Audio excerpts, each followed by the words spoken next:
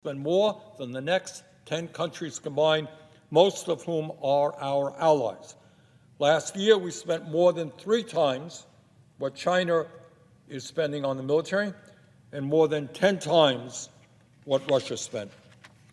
And while this year's Defense Authorization Act would merely match the Pentagon's record-breaking request, in most recent years, Congress has seen fit. A new update. Officials say there is a cutoff for earnings and could affect millions of Americans' finances next year. The Social Security Administration has announced at least 4 major changes that retirees should plan for. More than 71 million people depend on one of Social Security's benefit programs. Annual changes to the program and its payouts are always highly anticipated, while this year's cost of living adjustment is down substantially from last year. Just because you collect Social Security benefits doesn't mean you have to stop working. In fact, plenty of Social Security recipients still earn income for many people. And as previously stated, Go Banking Rates, the Social Security Administration, considers you retired when you start receiving retirement benefits. If you're younger than the full retirement age and earn more than the SSI's yearly earnings limit, your benefits might be reduced. The SSI occasionally puts in new earnings to test the limit regarding work income. In the 2023 year, the maximum earnings subject to Social Security taxes was $160,000. That is, workers paying into the systems are taxed on wages up to this amount. In 2024, the maximum earnings will increase to $168,000. As expected, the maximum Social Security benefit for working at a full retirement age will also increase in 2024 to $4,000 as well. The stalemate in the House is forcing the Senate to pick up the bills and take the lead on spending. It includes keeping the government funded. Even Republicans have said it's just difficult to read how the gears start turning again in the House. House Republicans are entering the 3rd week, and now this leaves lawmakers without a time crunch, as they hope to get the work done before Thanksgiving holidays. But until the House gets back up and running, it's the upper chamber that will be leading these supplemental discussions. So a group of Senate Republicans are actually talking with John Thune as the key attempt to hold the gap on key issues.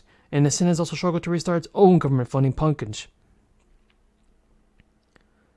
The initial package of 3 spending bills, known as Minibus, struggled throughout last week to strike a deal on an amendment to help move along. Susan Collins, the top GOP, told reporters that she is hopeful lawmakers will resume consideration of the first bill this week. There's a new Social Security payment schedule, and monthly benefits for Social Security recipients will be arriving in a few days. These payments range anywhere from $500 to $4,000. There are also new updates on the current inflation rate and how this will affect the next cost of a living adjustment. With 1 month of consumer price data left to go before a final determination, it appears there will be a Social Security cost of living adjustment for 2024, but it won't nearly be as high as a massive adjustment in later years.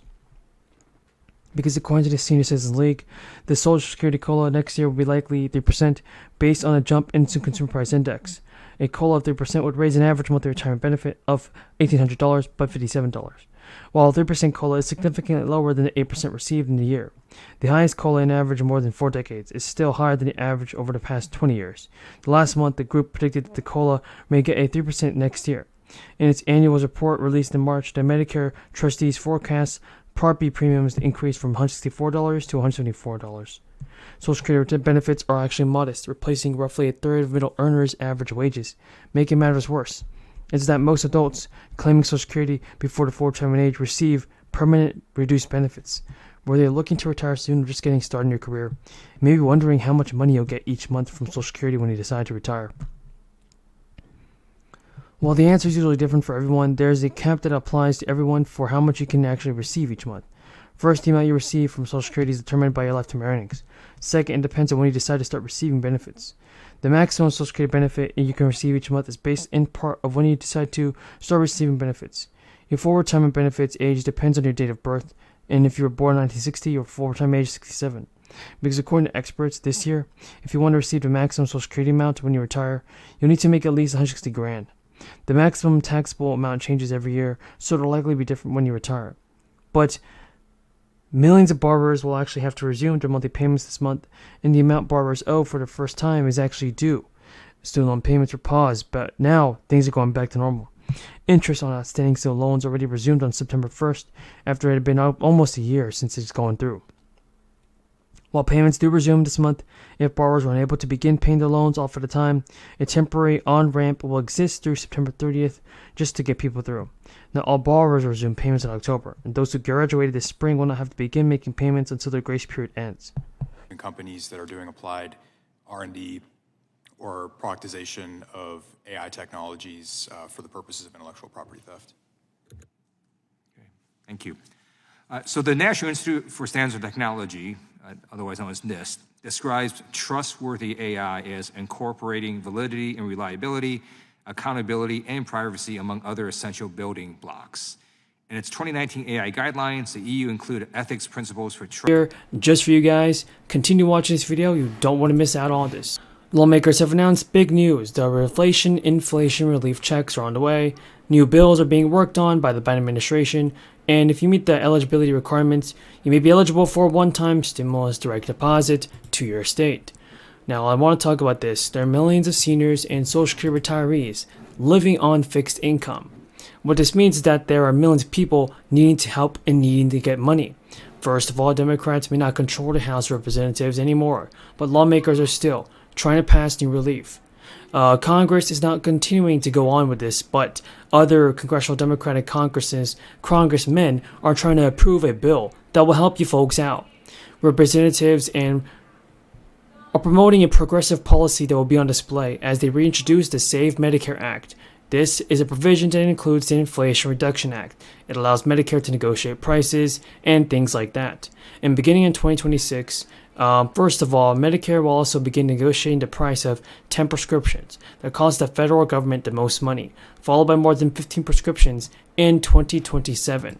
First of all, researchers estimated how much money the new policy would have, and it was actually surprisingly a lot of money. The most recent years for which data is available on Medicare spending have shown some important statistics. First of all, the Centers for Medicare and Medicaid said early this month that it is still working on this plan for exactly how it's going to implement this negotiation. Like I said, nationally and in every state, the minimum cost for living for older adults is calculated by the Elder Index, far exceeding the federal poverty thresholds, which are used to calculate official poverty statistics. The Elder Index estimates that a single older adult paying rent needed about $27,000 to pay for basic expenses. For couples, the gap between the index's population and calculation for necessities and the poverty threshold was even greater.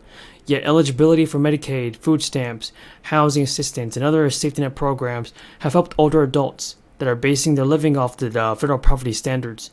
I also want to say that the University of Massachusetts researchers have showed that Social Security benefits cover only a fraction of what older adults need for the basic living expenses. A massive tax break plan has been agreed upon in the state of Michigan. And the amount of your rent rebate depends on your half income. Half Social Security income cannot be excluded from the calculation. For example, if you receive $20,000 of Social Security, you may only count $10,000 as your income to qualify for the rent rebate. Folks, renters with an annual income of $8,000 or less will receive a rent rebate of $650. So hopefully this can help people out.